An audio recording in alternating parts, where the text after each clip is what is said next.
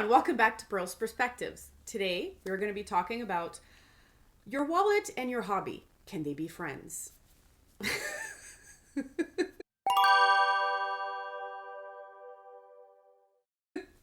So I'm Kathin.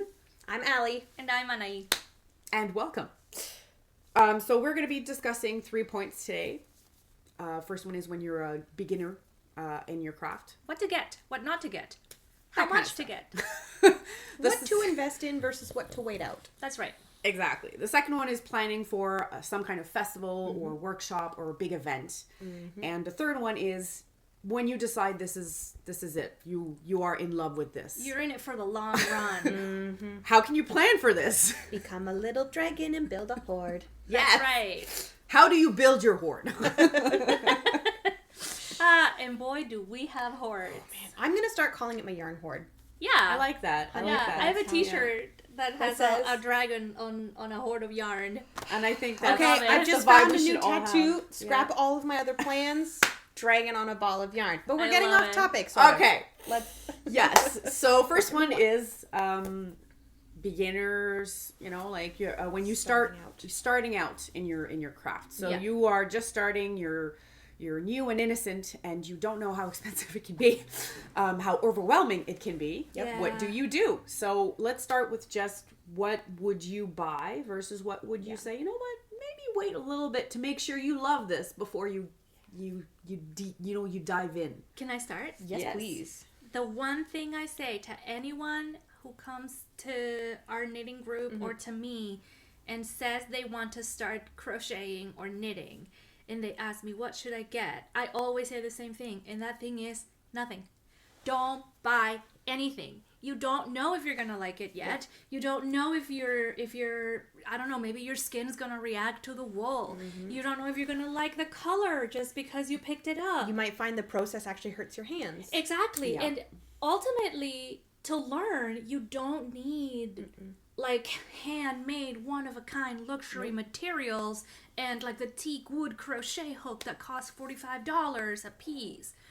Anyone you approach that is willing to teach you, I can assure you 100% they have materials to spare. For example, our knit group has a community bag, and anytime anyone new comes in and wants to learn how to knit or crochet or to hand weave or to any of these things, we always say, hey, what would you like to make? And then pull supplies from that community bag to present them with the needles they need and the yarn they need to start a scarf or a hat or whatever. So the best thing you can do is not start investing so early. Just if you're starting out and you're about to learn, don't go and buy most expensive things. Nope. If you're learning on your own on YouTube, like I did when I was a wee lass, Same. then buy Dollarama, like dollar stores, wool and crochet hooks, or Check buy out one of garage those sales. garage sales, thrift stores. I've gotten a lot of stuff when I was younger at Walmart. Oh my god, love Walmart. And I was a Actually, I don't love I was a Walmart. child when I was learning, so I didn't have any like pocket money. I would have to like get my like allowance or something to buy materials. And so I wasn't able to spend a lot, and the best thing that worked for me was buy for what I wanted to try. But there's a big consequence to shopping for a hobby that you're just learning. And that is that you don't know how much. My biggest mistake is I didn't know what I was buying. So I didn't know which size hook with which size yarn. So when I started out, I was in university. I was 18, learning how to knit off of YouTube. I started making a 2-color scarf, and I quickly realized that the yarn I had purchased at Michael's, which is a big box store craft chain here in Canada, there was like the yardage was so different, and so I needed to get more of the second color. I didn't know that yarn weights were a thing to be considered, so I just bought the closest yellow that matched my old one. But I was knitting originally in like a worsted weight, and I bought a fingering weight. So I ended up with a scarf that went like this. Yeah. Now that was good because I learned a lesson in that first thing, but The hard way. The hard way. But it was one of those things where if I had paused to do just a little bit of research and read a couple of blogs or literally Googled the yarn that I had previously used to try to find the same one, then I would have learned a little bit more about that. However, that project did give me the knitting bug. And I can say that going forward as a very, very novice knitter at the time, realizing how expensive it was to go shopping on a university budget, which was basically like $0. What I ended up doing, and what I think is very worthwhile to do, was these big box stores like Michael's, Joann's in the States, all these things, they often have regular coupons. What I ended up doing was I signed up for the Michael's newsletter, where you get a coupon every week, and they do things like buy one regular price item, get one item 40% off. So when I was getting into knitting, having learned, been bitten by the bug, wanting to, increase the supplies I had so that I could do more things, I started strategically using these coupons when I went shopping. I was like, okay, well, I'm going to need 3 balls of yarn to make this next project. Yeah. Okay, let me wait till the coupon comes through in the newsletter that makes it worthwhile for me to go buy them. Yeah. There's something to be said here about the bug that you mentioned. I got bit.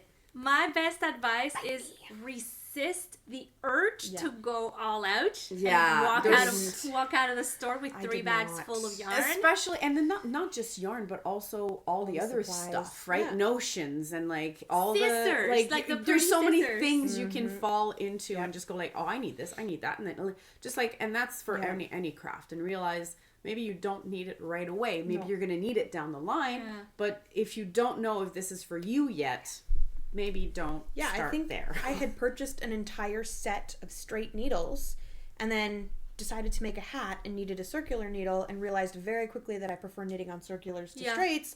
And then I went out and I bought a full set of circulars, and then I had all these straight needles that I didn't know what to do with, when I should have just bought the one pair of straight needles I needed for that initial project. Yeah. I should have bought them one at a time until I determined... We did not need that 50-piece knitting needle set that we bought in Amazon. But when you're young and you're just figuring stuff out, I don't know about you, but we didn't have the benefit of like a community to lean on to learn from. No. So in today's day and age, if you want to learn how to do a new fiber craft, like hit up the Google, see what kind of communities there are within your city. Just like a lot of people come to our knit night and they say, I literally Googled knitting group Ottawa, and then they find us.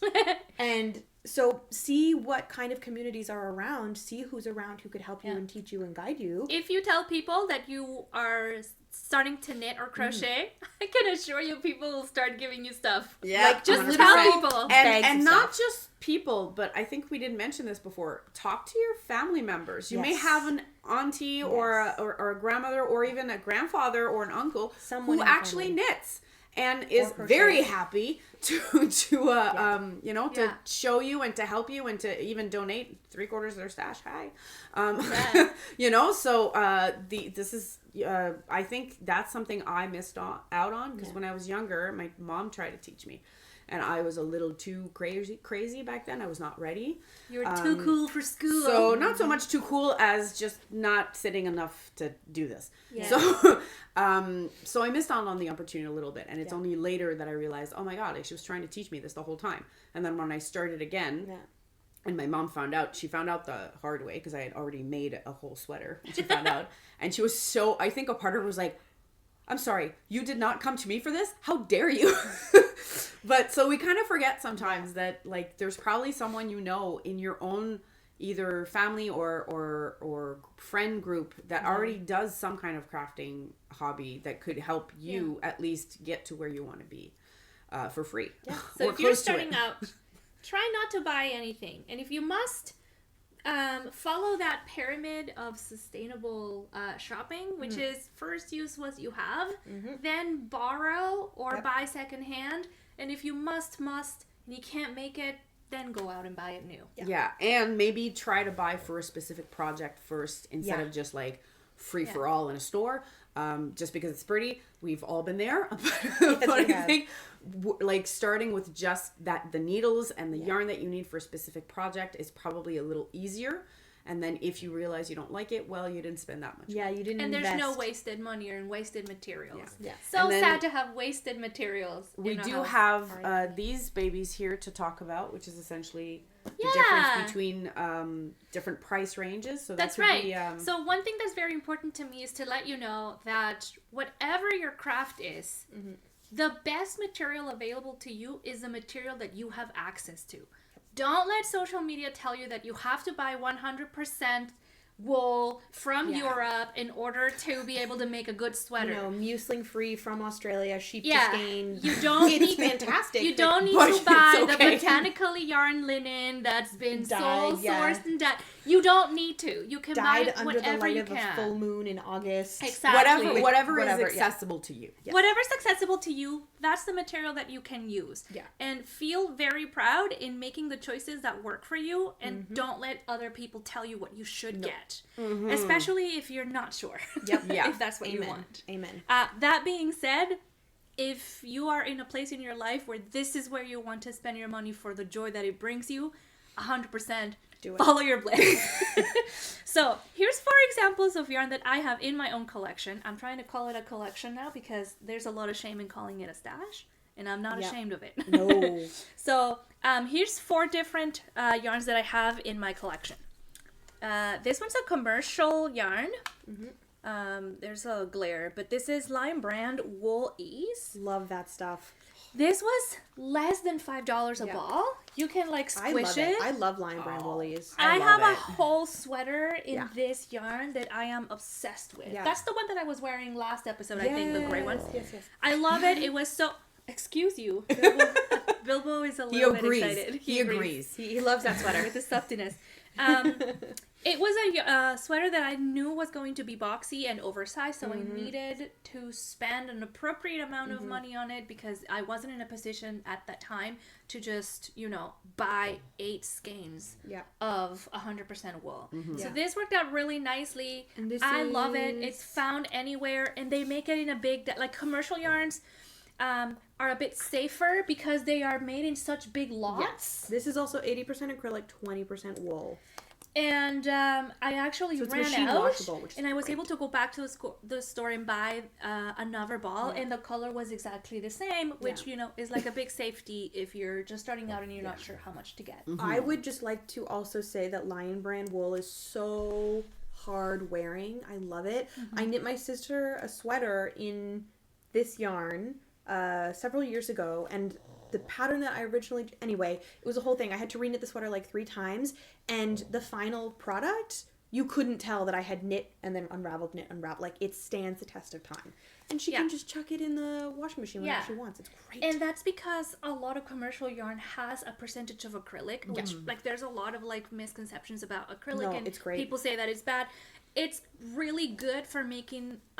hard-working items that will last a long time. If you're knitting for children, acrylic is the way to go. If you're making home goods, acrylic is the way to go. It's also the least expensive of the fibers out there. Yeah. Is it made of unsustainable materials? Yeah, it is. Microplastics is a whole thing, but we don't need to get into that moderation. Right now. But when you're just starting, maybe this is a good point, a good place to start. Yeah. Again, what you can access is the best material for you. Amen. Yes. Moving up on the what do you call it? The financial scale, the ladder of cost. This is thrifted yarn that we found at our local thrift store. Oh my god! I'm sorry, but I just love the fact that when we saw this, we literally saw the lady come in with a trolley with and then we saw this box with yarn and we just went oh, hello. We were just gremlins. We were can we take that? She hadn't even put it on the shelf, and she's like, okay. And then we just grabbed everything and left. And then dispersed it between us, but yeah. It was $8.25. Somebody donated it to the thrift store. Mm-hmm. I fell in love with it. I made a hat for my partner out of this. It's so nice and toothy and rustic. I have no idea where it came from. It says Alberta. Yeah, Ribstone Farm. If you are Ribstone Farm, damn good yarn. We love it. Shout out to you. And it says it's a Lopi too. Oh yeah, it says Icelandic Lopi, product of Canada. So that's a style of spinning the wool. This is probably not anywhere close to what this cost originally. No, most likely not. No. But because we got it secondhand, we thrifted it. It was in really good condition because wool lasts a really long time if you really take care of it. Yep. And it looks like whoever donated it did take good care of it. Yep. It's excellent for me, and I love this texture. That's something we don't think about when it comes to thrift stores. No, I love looking through the craft section. And it's because a lot of people who donate are usually a member of the family who does not know what the value of this is. Yeah. Right? So it's a lot of people who just give up, and not just in yarn, it could be any kind of crafting, right? We could just get rid of it because they don't really understand the value of what it has.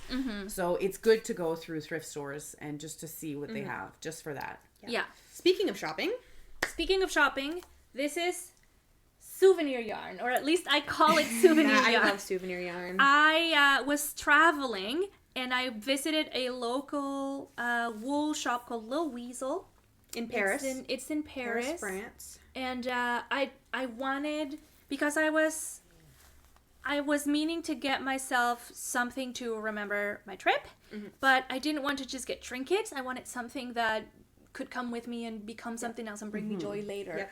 So I chose for yarn, and lately souvenir yarn is a way to go for me when I'm traveling, if I can find it. So I paid a hefty price tag for this. Because you were paying in euro. Because I was paying in euro. So this was, I think, €28 a ball, and I bought multiple balls because I want to make a vest out of it. Nice. Here's the thing, though. I am no one to tell you what to do with your money, but what I did then is I made the conscious decision to not buy anything else on my trip.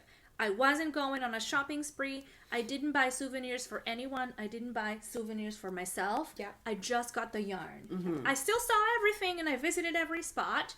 But this is the one thing that I decided to shop wanted to bring back. Because it was the brand that they make right there, because it was local wool from local sheep, so to me this is important. It was an investment. In terms of the value, and this is my investment in souvenir yarn. Yeah.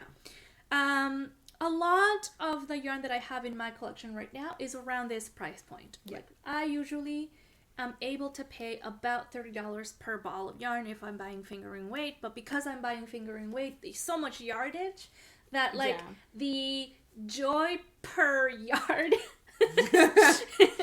is stretched out, so I end up having a really good time for longer than if I were buying very, very chunky yarn on the same price. I think it would be interesting, and this will definitely be a topic for later, to consider yarn in terms of garment quantities. Like if we priced out a fingering weight garment versus a DK weight garment versus a worsted weight garment, knitting versus crochet, would that be equitable cost wise? But that's a topic for another time. Yeah.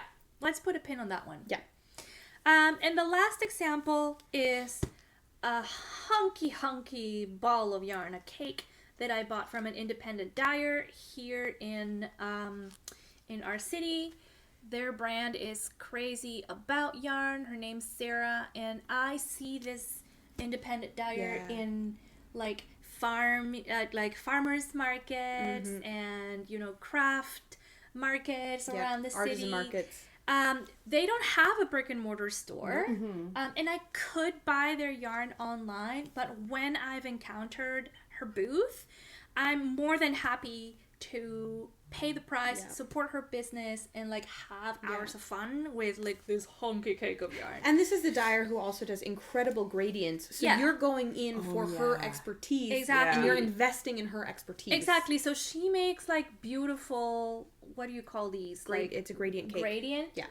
And this was about $88 at the time that I bought it, but it is 800 yards. Oh, so that's two of these. So it's essentially $40 per about 400. So yards. That's pretty is it decent. cher? Yes, it's très cher. But I'm in a time in my life when I can afford to spend it. Yep. I would never have imagined buying one of these when I was a student. Yeah. Hungry. No. Same.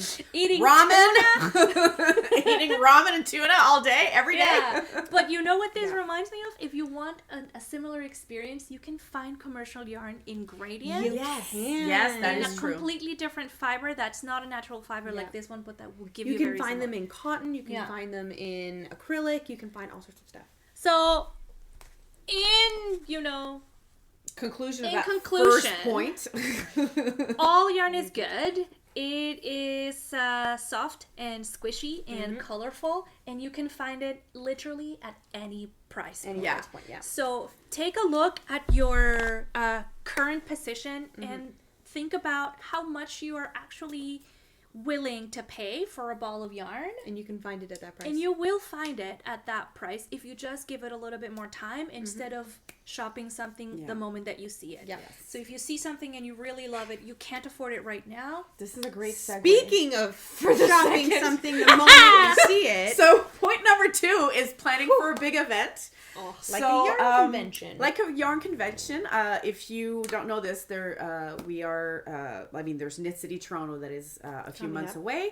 And so let's start with our first experience going to such an event, which happened to be Knit City Montreal last year. So I'm gonna start off on this one. So the 3 of us experienced our first big yarn convention together. Yeah. Now the 3 of us, I think it's fair to say, have very little impulse control. Correct. When it comes to the We're hobbies enablers that we enjoy, and also are very good at enabling each other to our wallet's detriment. Because I see you The like excitement. with Right, your the doughy excitement. eyes, and Oh I my see God. you, like, you know, Yeah. and I'm like, yes, get it, buddy, do it. So we went to this It's a problem. convention last year called Knit City Montreal. This is a twice yearly convention that happens in Canada. There's usually one on the east side of the country, one on the west side of the country.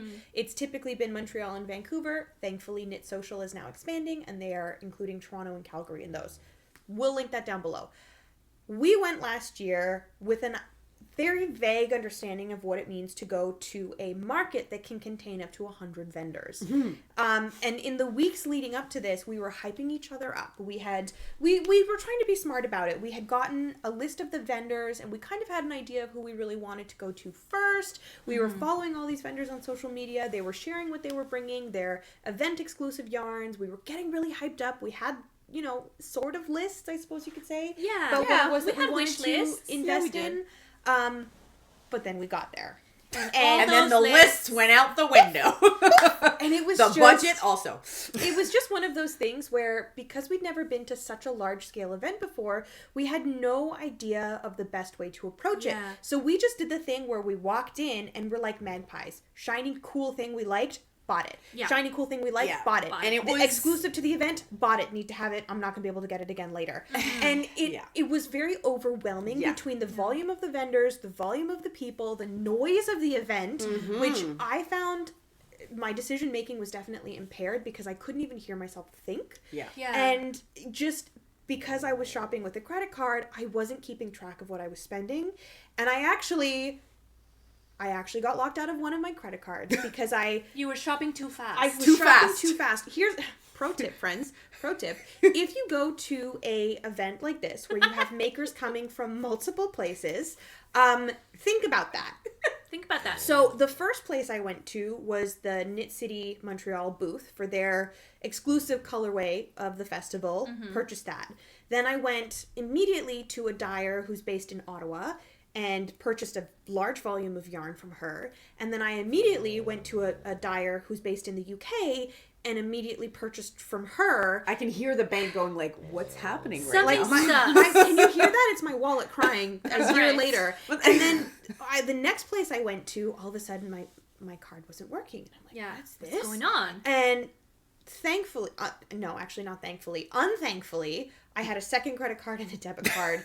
And I enabled myself. And even after I, called the bank and got it all sorted and got my card figured out, I didn't I didn't use that as like a warning sign to be like, you're going too fast. Yeah. Pause. Yeah. What I did was I just kept going. Because you saw it as a barrier to overcome. Yes. And not as a sign to slow down. Exactly. Yeah. And so just, and I think pretty much all of us just kind of, we just shopped. We didn't shop with the plan. We just shopped with our gut. And I think which wasn't the way to go. What didn't help is some of us did scatter around, which means we were by ourselves, just with our own thoughts. And others were together where they were enabling each other. Which one's better? I think they're both horrible. In the Not sense horrible. That I mean, they just weren't helpful. Yeah, because in one case you got enablers telling you it's okay, do it, and then in the other you have and no you're like supervision. you're your own enabler essentially. Yeah. For me, I think it was really the, like you said, the sheer size, but also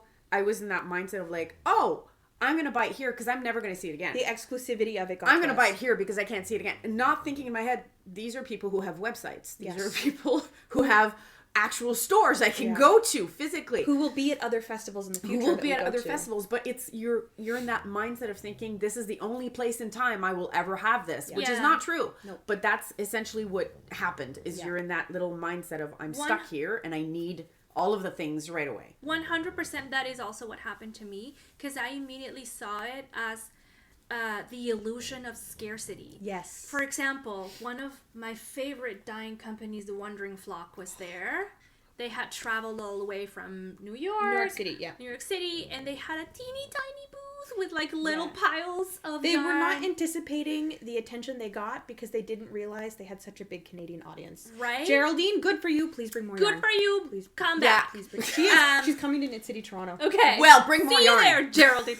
What happened to me when I encountered that booth is I saw how little quantities they had, and I panicked. And there was a big line, and everybody in line was picking up one or two and buying. And I was like, oh my God, I have to do it now because they're running out. And once they run out, they run out. Right? To be fair, they did run out of yarn. Yeah. It was all bought It up. would have been 100% okay if I just enjoyed the experience of meeting the dyers, bought a sensible amount of something that I was already on my list that I wanted. It would have been enough to just touch the yarn, make sure you liked it, hold it against your face to see it matches your skin tone, you know. That would have been enough, but I panicked and I thought if I don't buy it now, it will never be available to me again, which is a fat lie. It's not in true. In the day of our Lord 2024, there is so much material and fiber everywhere. You're gonna be okay. There's gonna be another one that you're gonna find. So needless to say, we approached our first fiber festival with no semblance of plans, no semblance of control, very inexperienced. I blacked out and walked out without a paycheck. I blanked out. I don't remember much of what happened. Yeah, I remember getting back to the hotel that first evening and being like, what did I buy? It was like going to IKEA for the first time. That's a very good description. Great. So after this experience, so what can we do? We decided to pivot how we approached yarn festivals in the future. So we then later last summer, we went to Twist, which is a festival in Saint-André-Lavalin, I think is the city. Is that right? A short drive from... It's about an hour from Ottawa on the Quebec side of the border. Yeah. It's like maybe halfway between here and Montreal-ish. Not too far from Montebello. You take the 50. Doesn't matter. Irrelevant. Doesn't matter. Location is relevant. It's in Quebec, halfway between Ottawa and Montreal. It's in August, and we went. And this time, we were like, we're not going to have a relapse of... Okay, no, that's not an appropriate thing to say. We're not going to have a rehash of Knit City. Yeah, this is not going to be the same experience. Saint-André-Lavalin. Okay, I was close, but not close enough. But what we did was we went in with a plan. We looked at the vendor list in advance. We highlighted vendors that we absolutely wanted to go check out, who we thought perhaps we're going to buy from them. We looked at their websites in advance. We came up with like itemized lists of the things that we really were invested in checking out. And we did a full loop of the entire marketplace before we bought anything. It takes discipline. And took photos. But I think I do feel like that's the biggest or best advice to give is to just do that first loop and just walk around, take pictures if you find stuff because I guarantee by the time you finish this you will have found 10 other things you wanted and then you're going to look at your pictures and out of 20 you're going to be like, you know what, I don't need this one. But if you had just bought it, you would have bought everything. So we also had, or at least I also had, a list on my phone of the things that were like my top priorities in purchasing. Mm-hmm. For example, there was a basket from a company called Big Blue Mama. You really wanted that basket. I can see it's on the table right behind the camera. And so we walked in and they were like one of the first vendors and I was like, this one specific basket caught my eye and I was like, I need to have it. And it was the only one on the lot. So I felt comfortable purchasing it immediately because it was literally a one of a kind. I could see that. And then it also helped because I was able to like carry the rest of the things that day in it. But I had this list of the primary things I wanted to invest in. I wanted to invest in this specific basket. I wanted to invest in a book from a knitting book, a pattern book that had just come out. And I had wanted to purchase a new project bag from a Quebec maker. And those were my top 3 things. Anything after that, if I still had the budget for it, great. But that was what we did. We did a full loop of the whole market. We took photos of the individual things we were invested in. And then after we did our loop, we went and we had lunch and we sat down and we talked about the things we were interested in buying, showed each other photos, asked each other how we thought, oh, do you think this would look good? I don't know. What could I make with this? And then there was one yarn, like sweater quantity of yarn that I remember taking a photo of, and it was hyper variegated and I was so in love with it. And I remember you saying to me, but you don't really knit with variegated yarns anymore. Are you even going to wear that? And it like, I had to stop and pause and be like, no, you're right. Why do I want to buy a sweater quantity if I'm not even going to want to knit it up? Because you use variegated for your socks, not for your garment. Exactly. So I think what I ended up doing was I ended up buying a similar colorway as a sock set. Yeah. And was like so happy with that purchase instead. But it just took you being like, wait a second, you don't like that. Why did you take a photo of it? For me to be like, oh my God, you're right. Yeah. So we kind of really, this time did the reverse of what we did at Knit. Yeah. It was, what's the opposite of enabling?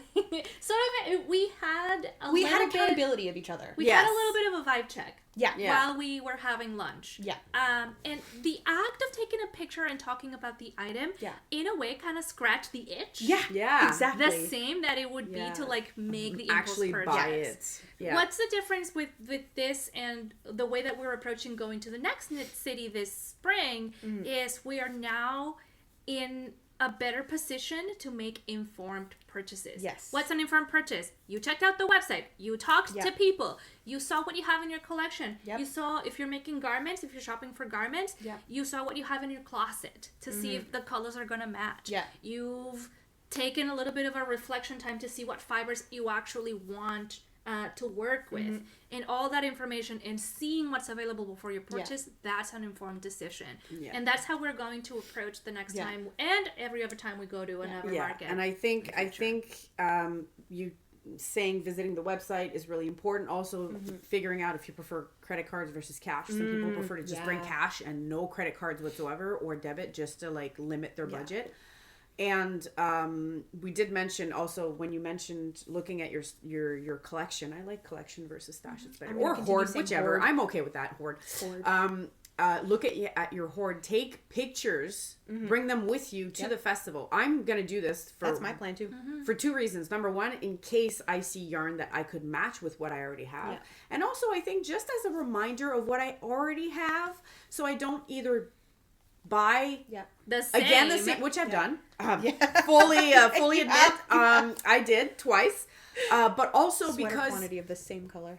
Well, I realized one is in DK, one is in fingering though. But it stands sweater quantity of the same color. But at the same time, I really like this color. But at the same time, Alley Cat Yarns. You to MVP. Yes, you're my favorite. Melissa, we love you. But at the same time, it's also a great way to remind yourself of what you already have, so that you're like, oh, you know what, I do have really pretty yarn waiting for me at home, and it kind of like calms you down a little bit, like you have a lot, it's okay, and maybe you don't have a lot, and that's okay too. At the end of the day, it's a good way to just remember what you already have. And if you have the ability, if Ravelry is accessible to you, put your hoard in to Ravelry, or even just take photos of the individual skeins and things that you have, because for me, going into the Fiber Festival's Twist and we went to the Elmont Fiber Festival last fall as well, walking around, seeing things, I was like, oh, I like that. Do I have something in my hoard that will match? And I was literally able to scroll through those photos in Ravelry and be like, I do, and it is fingering weight, or oh my gosh, this DK skein I have would go really well with that to make like a shawl or something. And so I was able to mix and match better. I have half a sweater quantity of yarn that I received I received the gift card for it for Christmas. I'm going to bring one of those with me to the festival so that I can match not just the color, but the weight of yarn. Because like, it's a DK. Sometimes you have a lighter DK. Sometimes it's heavy, closer to worsted weight. So I can match the plies and look for the second color, because I really want to make the Alder sweater by Rebecca Clow, which is 2-colored. So bringing that with me, it looks delicious. Bringing that one skein of that set with me gives me a purpose while I'm there, so it keeps my brain from straying to all the other shiny, pretty things. Yeah, and that's kind of a good segue into our third one. Point. Yeah. Well, actually, just before we finish, don't forget that if you're going to that festival, you have transportation, you have food costs, and you have accommodation. if you have a budget, make sure those are taken into consideration. Yeah. Because that is a nasty surprise. Yeah, the round trip train tickets from Ottawa to Toronto in May, long weekend, was $150. That's coming out of my fund. Mm-hmm. So the third point is, now that you've realized you've gone to a festival, you've knitted a few things or crocheted or anything else, you like this. You want to do this till the day you die. Oh, you are in. You are so in. So what do? What are ways that you can actually have a healthy relationship with your hobby? Yeah. I think the first thing to do is just to know where you spend your money the most. And I'm not talking necessarily just about in everyday life. I'm talking within that hobby. Mm-hmm. Are you more of a yarn spender? Are you more of I like the notions, I like the patterns, I like the events, the social events? Where's the money going? That'll give you a better indication of where should I be, like, what should I be budgeting for, right? Mm-hmm. If you spend most of your, like me, if you spend most of your money on yarn, then this is the one that's the most important for you. Mm-hmm.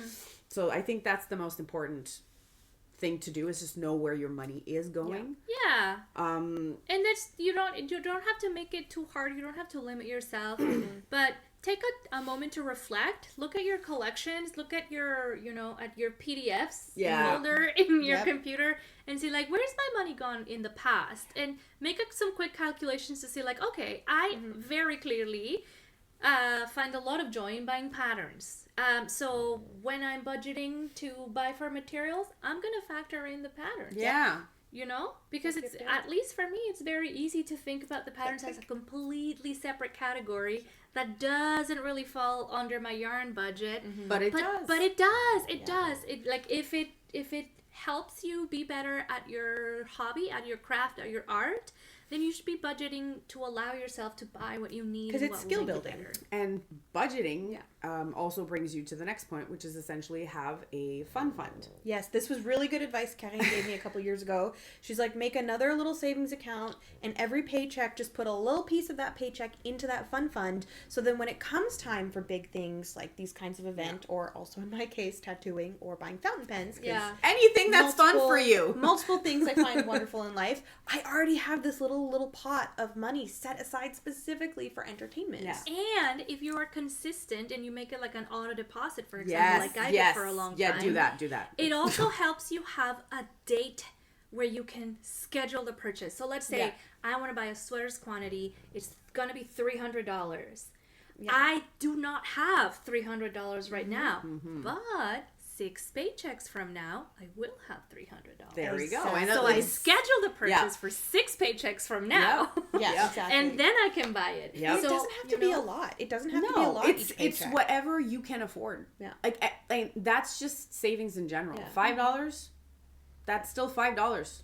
And I have found, I don't know about the two of you, but I have found in having this system where every 2 weeks when I get paid, I put $75 into this fund, I have been less impulsive with my purchasing. Mm-hmm. Because I'm like, as you said, I only have this much money in my fund right now, but in 2 or 3 paychecks, I'm going to have a larger, okay, well, I'm not going to buy this pre-order because in a couple of weeks, when that pre-order comes out, that's the one I want to get. So, like, it's kind of, I don't want to say it's curbing my impulsivity, but it's giving me a chance to pause and think about the things that I want to purchase. Well, you can also think about, like, having, like, you have specific goals, right? Like, I want this specific project. So if you happen to see, this specific yarn, let's say, and then you happen to see something on Instagram that's amazing, and you're like, oh, but then you're like, wait, I already have something else I really want right now. So that's my priority. Yeah. So it also gives you a little bit of that. It's also been kind of nice because I've talked about it so much, having a fun fund with my family and friends, that now for Christmases, for birthdays, for things like that, when people are like, I want to get you a present, and I'm like, contribute to the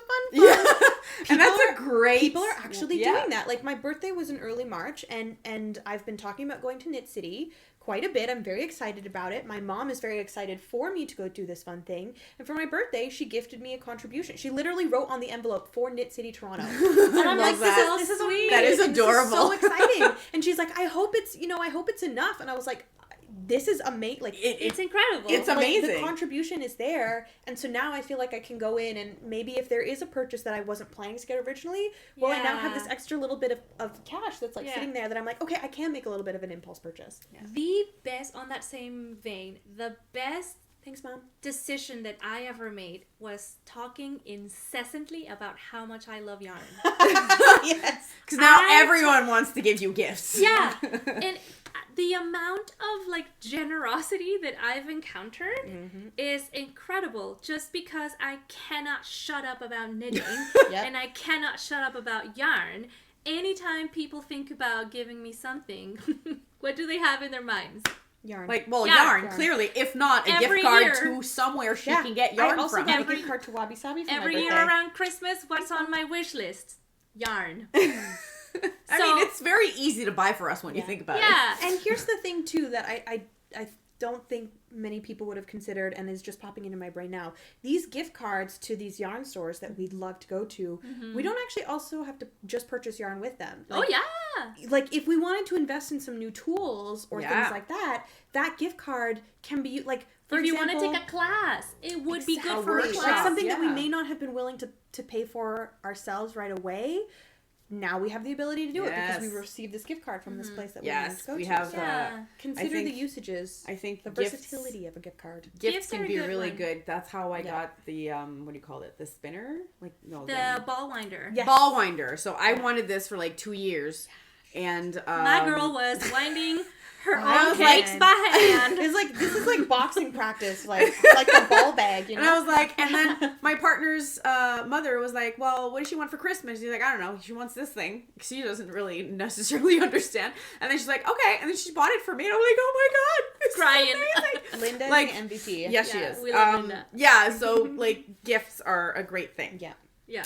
Something else is, I think for me, the reason why my fun fund is something that I don't mind, like not, I have the extra, I don't mind spending the fun fund, is because I already have an emergency fund. So I'm in a position where I can, if there's emergency, this is covered. So my fun fund is really just have at it. I don't have to think, oh, maybe I have to save this for an actual rainy day. Yeah. So that I think is something responsible first, so that you can go out and have fun and party. Yeah. So with the yarn. But listen, we're not financial advisors. We are not. We Full cannot disclaimer. tell you what to do. No, we're just three girls with a habit. We don't know what the best thing to do with your money is. But this is what's worked for us, and it feels better to spend on something you enjoy. Mm-hmm. Yes. When you are sure that your basics and your life, invariable costs are taken care of, and you're being responsible about it. After Knit City Montreal, I felt so much shame. And I did not unpack the yarn that I bought from that tote bag, that huge tote bag. I didn't unpack it for months. So I couldn't look at it because I was like, oh no, what have I done? Yeah. I haven't used it. Like, a lot of it, I still haven't used. And it took me a long time to recognize, why am I feeling so much shame? It's because I did it. I shouldn't have done it. I had a budget and I didn't keep to the budget. And then when I needed to pay for stuff, it needed to come out of my savings account, and I hated doing that. Yeah. Why? Because I didn't feel good about spending in something, searching for the serotonin at the moment, which I do need because my brain does not make it on its own. So I get store-bought serotonin. But anyway, I didn't feel good about it because I felt irresponsible, and I was ashamed of having made that big of a purchase. I think our biggest mistake that weekend was that we went back on the Sunday. Yeah, we shouldn't have gone back again. No. But anyway, all this to say, you know yourself best. Yes. And you know your financial situation the best. And you know what you will have access to. Yeah. So think about the consequences for you of buying and investing in materials for your craft. And if that seems like that's going to bring you joy without shame, go ahead and do that. Exactly. If you feel like you need to budget for it and wait a little bit, go ahead and do that. Because what you're doing at the end of the day, if this is a hobby, if this is a craft that brings you joy, that brings you peace, what you're doing is you're investing in your own mental health. That's right. Right? And set yourself up for success so that you're not creating a stressor that is directly linked to something that normally makes you feel better. Yeah. Life is already stressful enough. Man, adulting sucks. Right? So before we wrap this up, we have to remind everyone that we are not financial advisors or professionals. We just love yarn. Three girls with a habit. That's what we are. We Three girls with a habit. Three girls that have made mistakes and have learned from. We do hope that our mistakes and our shared experiences have helped you hopefully will help you in the future, whatever festival you go to, whatever craft you decide to fall in love with, and if you are already in love with the craft, how to keep loving this craft without your wallet hating you. We may be fun most of the time, but we can hopefully be thought-provoking too. Exactly. Yeah. Tell us what you think in the comments. If you have questions about money and yarn and knitting and crochet and fiber arts and sewing, we would love to hear those. And best of luck. Do what feels best for you within the means of your own status. And we'll see you again next time for another Purl Perspectives. Thank you. Thanks. Bye.